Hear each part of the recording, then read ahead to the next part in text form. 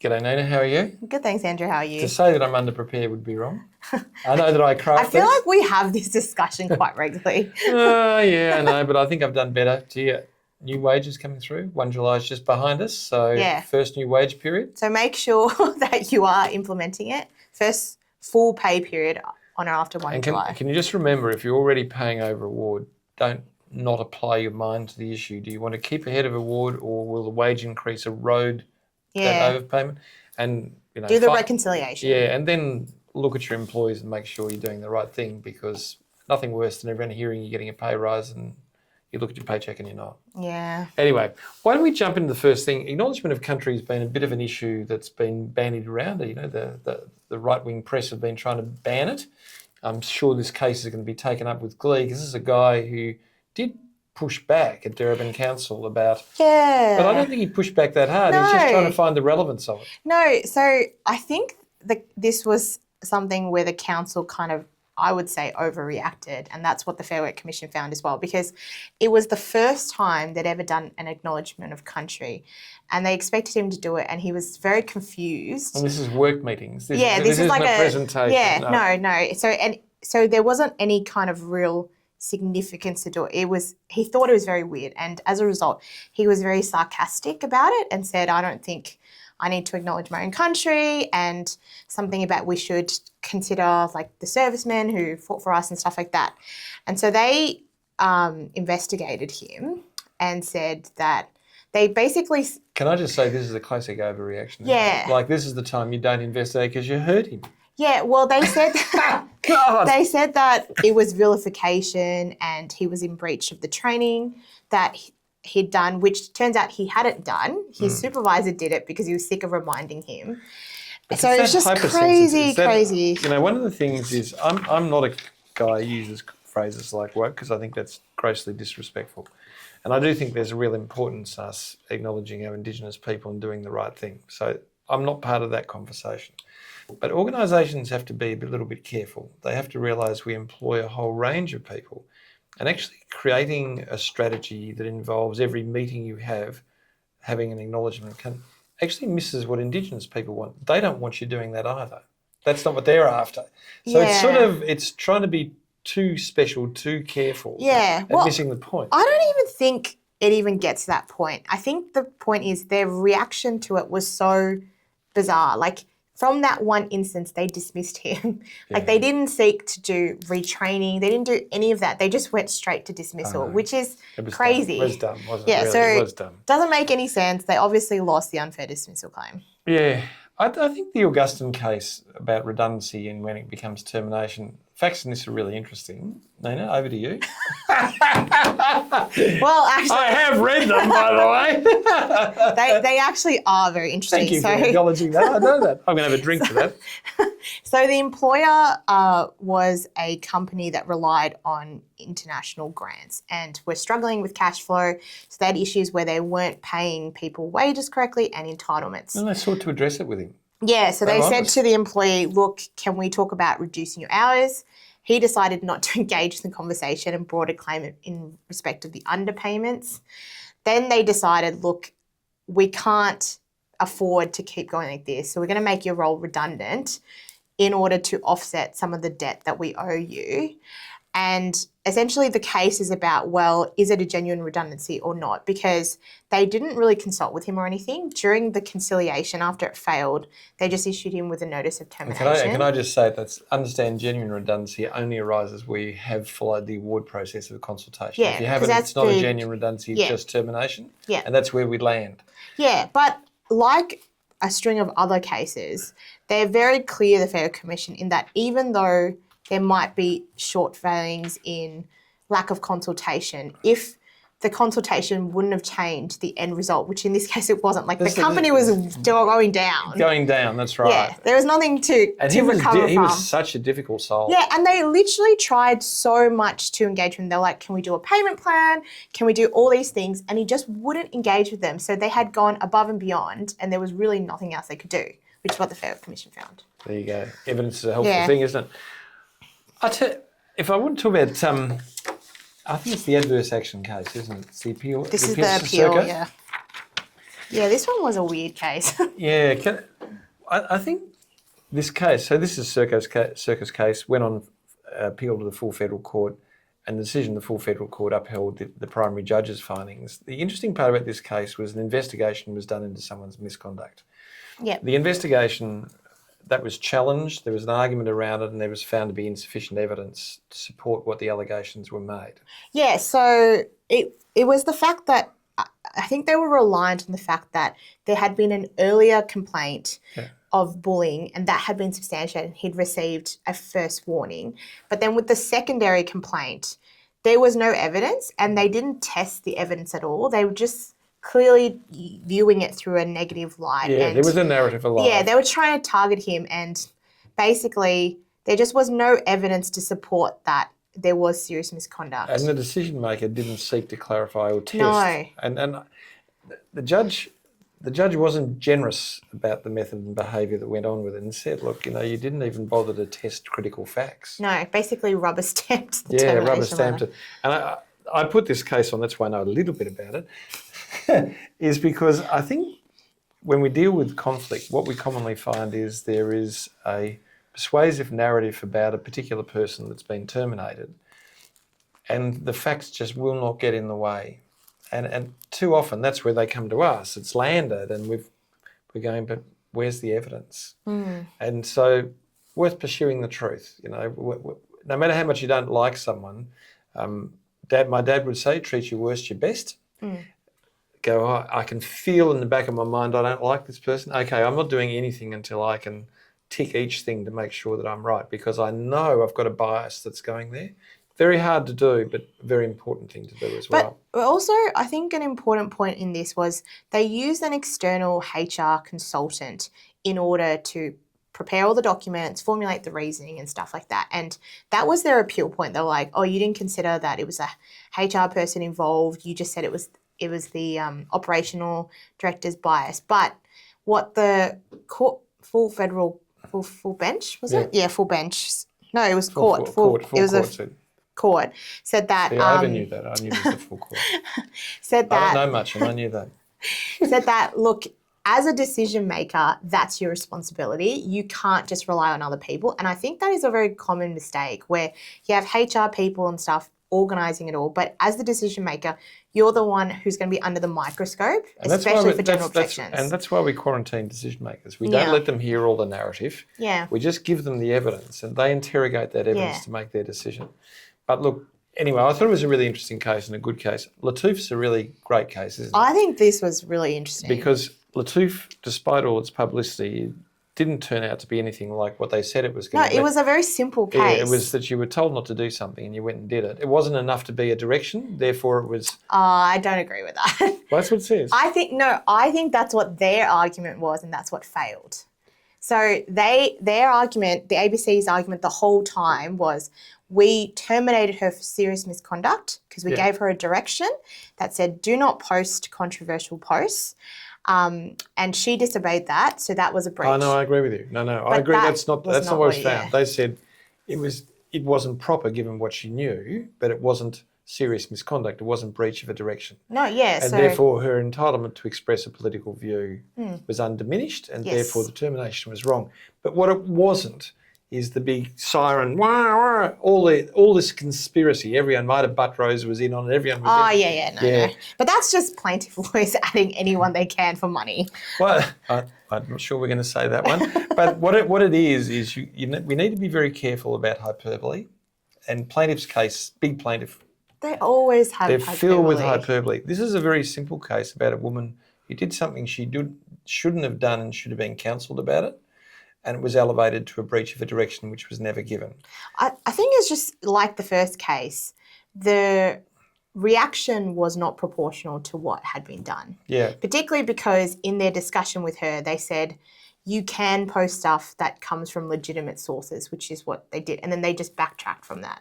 Had they dealt with it in a different way, there wouldn't have been all this backlash. She was only part-time 3 days or something. No, she was only employed for 5 days. Why would you have the fight? Can I Yeah. just show you, when politics enters the law, how dangerous it is, because people start looking over their shoulder and worrying that it's going to come up in Parliament. This was such an easy case to deal with. You just go in and say, Really? Yeah, don't do that. Just stop doing it, will you? Yeah. And we're going to have to step away from it. If there's criticisms, we're going to have to say, look, she was told that we'd be unhappy with this sort of stuff. It was and we've dealt with it. literally And we've dealt with it. another 2 days that they had to wait for. And now they've been hit with a $70,000 non-payment for non-economic loss. Yeah. And now risk of penalties as well. Yeah, dumb. All right. Can we go on to, I can't pronounce this case, but it's the Queensland Rail case. And this is a case about some training that a person had been given, and it was to prevent them from being involved in, they worked on a gate that let people through or not through, and it was, the training dealt about non-escalation. Yeah. So it was not about dodging fares or anything like that. It was about controlling a gate. And this person had repeatedly done things that escalated conflict in the past. Yeah, I think he was one of those people who really liked enforcing the rules. What was he trying to enforce this time? The one that got him sacked, what was he trying to enforce? He had to just basically open the gate to let people in. That was his whole job. He was not responsible for making sure people didn't evade their fares. But there was a young couple, the guy was holding a beer and he was like, show me your tickets. And they refused, so he refused to open the gate. And then it escalated because the guy tried to hit the emergency button and security had to get involved, and essentially it became a violent situation. It was never his job. No, and he very simply could have avoided the whole thing in line with his training, but no matter how many times they trained him to de-escalate, he would do the opposite. Yeah. So he lost. That's the short answer, he lost. It shows how, but I did put this in for a reason. I do know the case. I think it was funny. Yeah, I thought it was a funny case, but it also shows you, if you do train, you're clear about what your job description is. You train people what not to do, and they ignore it, then you're in a very powerful position in dealing with misconduct. Because it has evidence that you've already done everything you can. Enforceable undertakings, not my favourite topic, I might say, in safety matters. No. This was a fatality, which in Victoria, if you look at the guidelines, normally you couldn't issue, certainly in Victoria, you would not get an undertaking given in respect they won't of consider it WorkSafe. But in WHS, clearly it is being used more often. Maybe talk through the facts just briefly as to what the damage was, what occurred and why. Like the enforceable undertaking. Not so much the enforceable undertaking, what led to the enforceable undertaking. Oh, so an employee was fatally injured because a telehandler reversed into them. Yeah. So there's a breach of Section 19 and 32. So the answer is the enforceable undertaking listed a series of things they've got to do. They paid over $1 million in the enforcement. Yeah, it's like 1.4 mil or something. Yeah, 1.4 mil. For something which, had they been charged for, they wouldn't have been fined more than $400,000.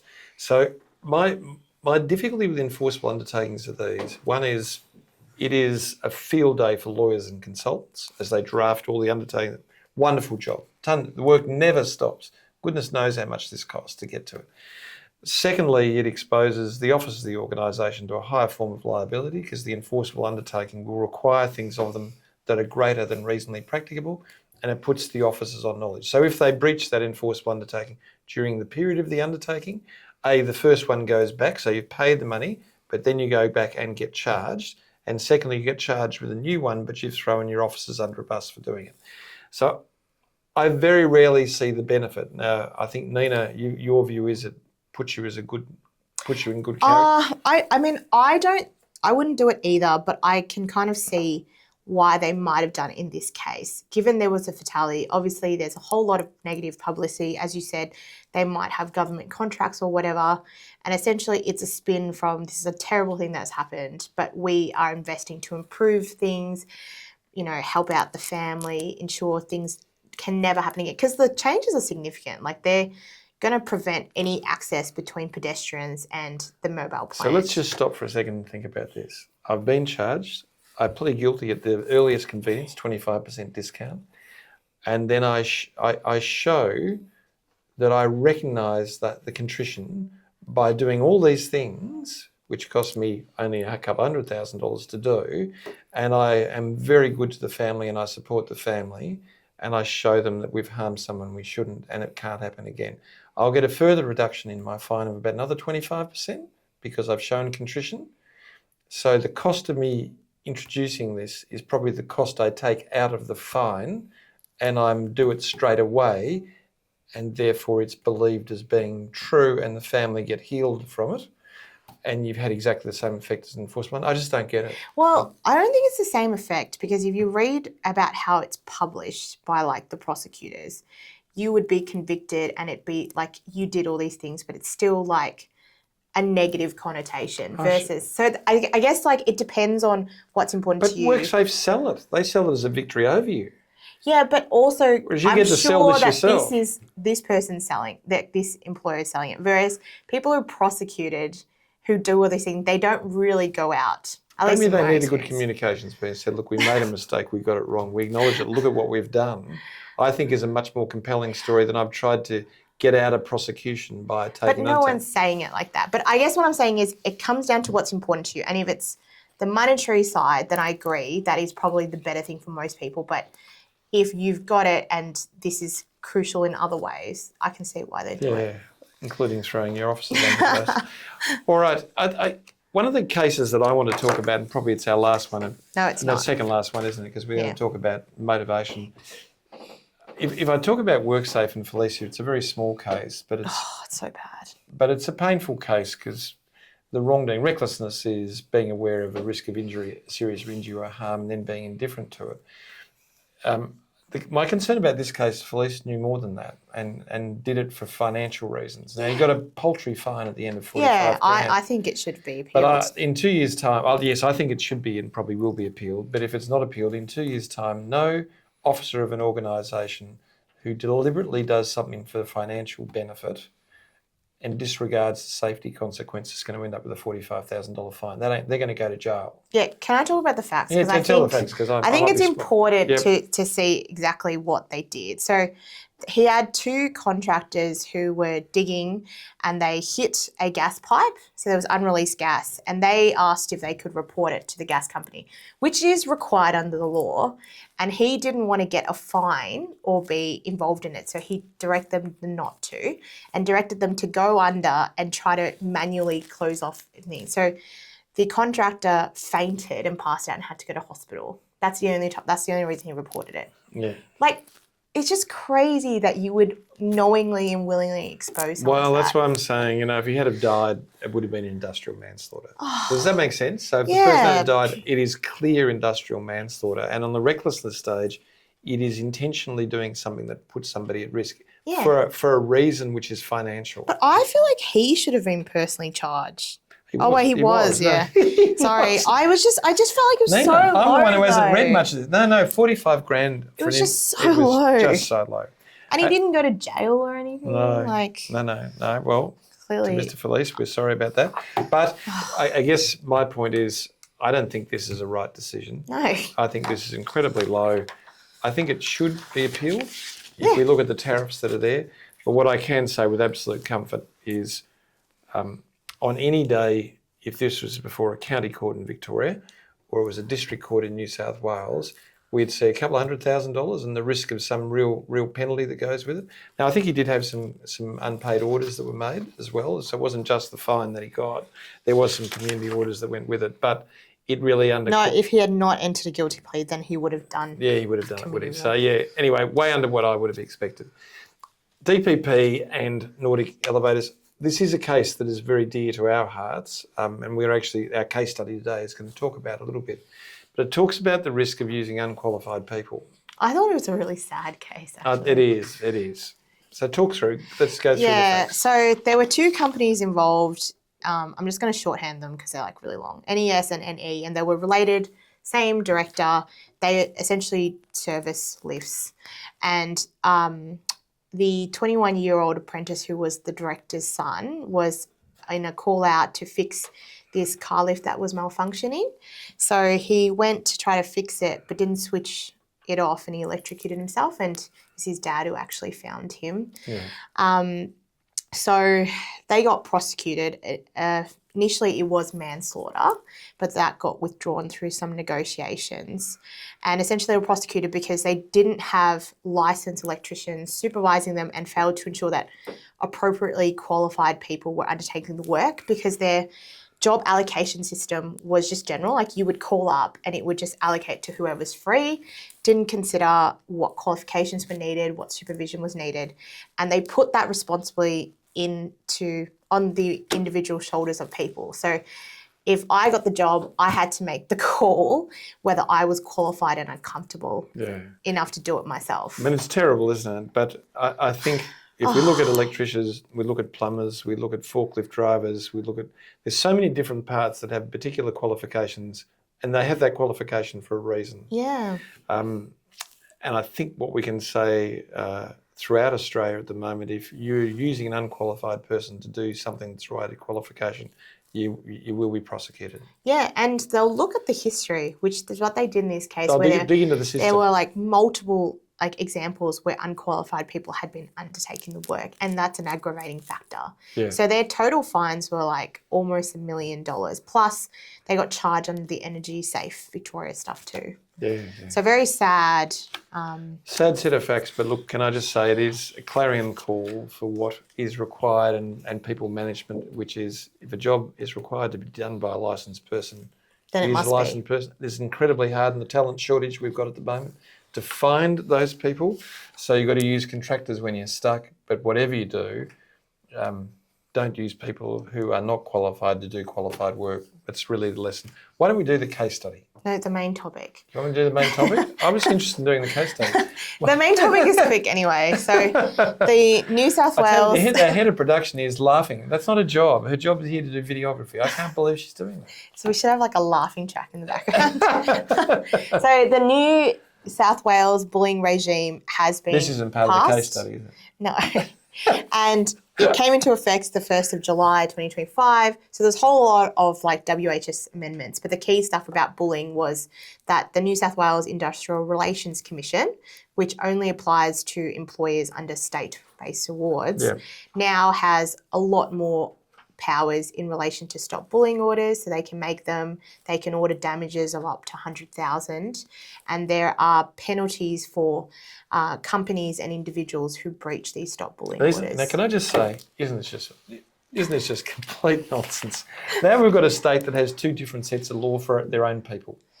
Well, I feel like don't worry about the rest of Australia. No, but I feel like the Industrial Commission has always been a little bit different. I know, but that's Same the whole as in idea. WA. I know, but the whole idea is to stop this nonsense. Yeah, but now you really think this is going to be stopped? This is the tipping point. Unions are going to advocate for this in the Just imagine, you're in Fair government Act. in New South Wales and I'm working as a contractor to the government, all right? You're under a state award, I'm under a federal award.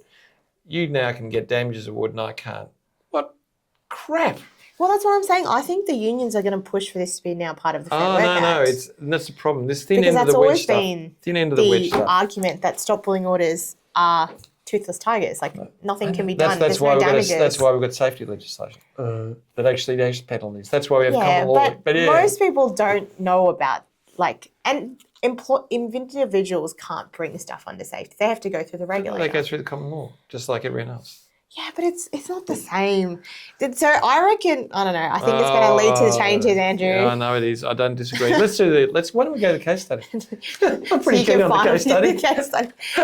Dion ran an importing business sourcing food from his hometown of Shenzhen. He operated a warehouse in Coolaroo and another in Shenzhen. His wife was a co-director and his son Terry was the warehouse manager. The shelving at the Coolaroo site was 4 metres high, allowing for 4 layers of pallets. There was sufficient space for a forklift to move between the racking. However, the south end of the racking, constructed from linear aluminium extrusion approximately 20 years ago, had begun to sag. Dion preferred to use lighter pallets in that area. No external inspection had been conducted on the racking.